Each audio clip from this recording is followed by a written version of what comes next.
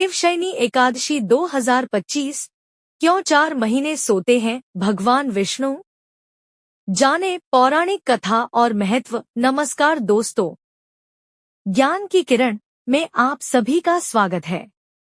आज हम बात करेंगे एक ऐसे महत्वपूर्ण पर्व की जो हर साल आता है और जिसके बाद 4 महीने तक सभी मांगलिक कार्यों पर विराम लग जाता है।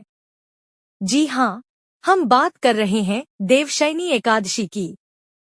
इस साल 6 जुलाई 2025 को देवशयनी एकादशी मनाई जाएगी। आखिर क्यों भगवान विष्णु इस दिन से 4 महीने के लिए योग निद्रा में चले जाते हैं?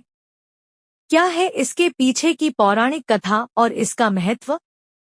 आइए जानते हैं। पौराणिक मान्यताओं के अनुसार आषाढ़ मास के शुक्ल पक्ष की एकादशी तिथि को भगवान विष्णु क्षीरसागर में शेषनाग की शैया पर शयन करते हैं। इसे ही देवशयनी एकादशी कहा जाता है।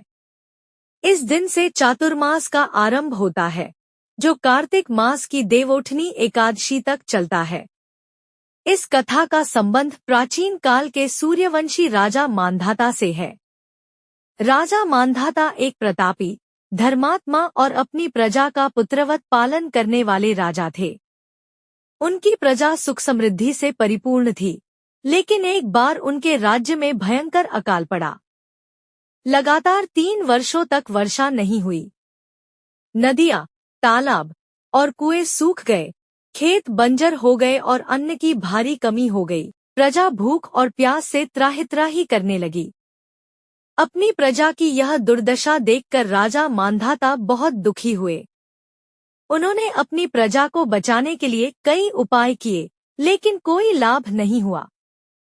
अंततः उन्होंने घोर तपस्या करने का निर्णय लिया और अपनी समस्या का समाधान खोजने के लिए वन की ओर निकल पड़े। घूमते घूमते वे अंततः ब्रह्मपुत्र के परम तेजस्वी पुत्र अंगिरा ऋषि के आश्रम में पहुंचे। राजा ने ऋषि को अपनी समस्या बताई और उनसे समाधान पूछा। महर्षि अंगिरा ने राजा मांधाता को बताया, हे राजन, आषाढ़ माह के शुक्ल पक्ष की एकादशी का व्रत करो। इस व्रत के प्रभाव से अवश्य ही वर्षा होगी और तुम्हारी प्रजा के कष्ट दूर होंगे। राजा मांधाता ने श्रद्धापूर्वक देवशयनी एकादशी का व्रत किया और भगवान विष्णु की विधि विधान से पूजा की। व्रत के प्रभाव से भगवान विष्णु प्रसन्न हुए। जैसे ही एकादशी का व्रत पूर्ण हुआ, राज्य में मूसलाधार वर्षा हुई। खेत फिर से हरे भरे हो गए, नदियां और तालाब लबालब भर गए और चारों ओर खुशहाली लौट आई। प्रजा के सभी कष्ट दूर हो गए और राज्य में फिर से सुख समृद्धि आ गई। इसी घटना के बाद से देवशयनी एकादशी का विशेष महत्व माना जाता है।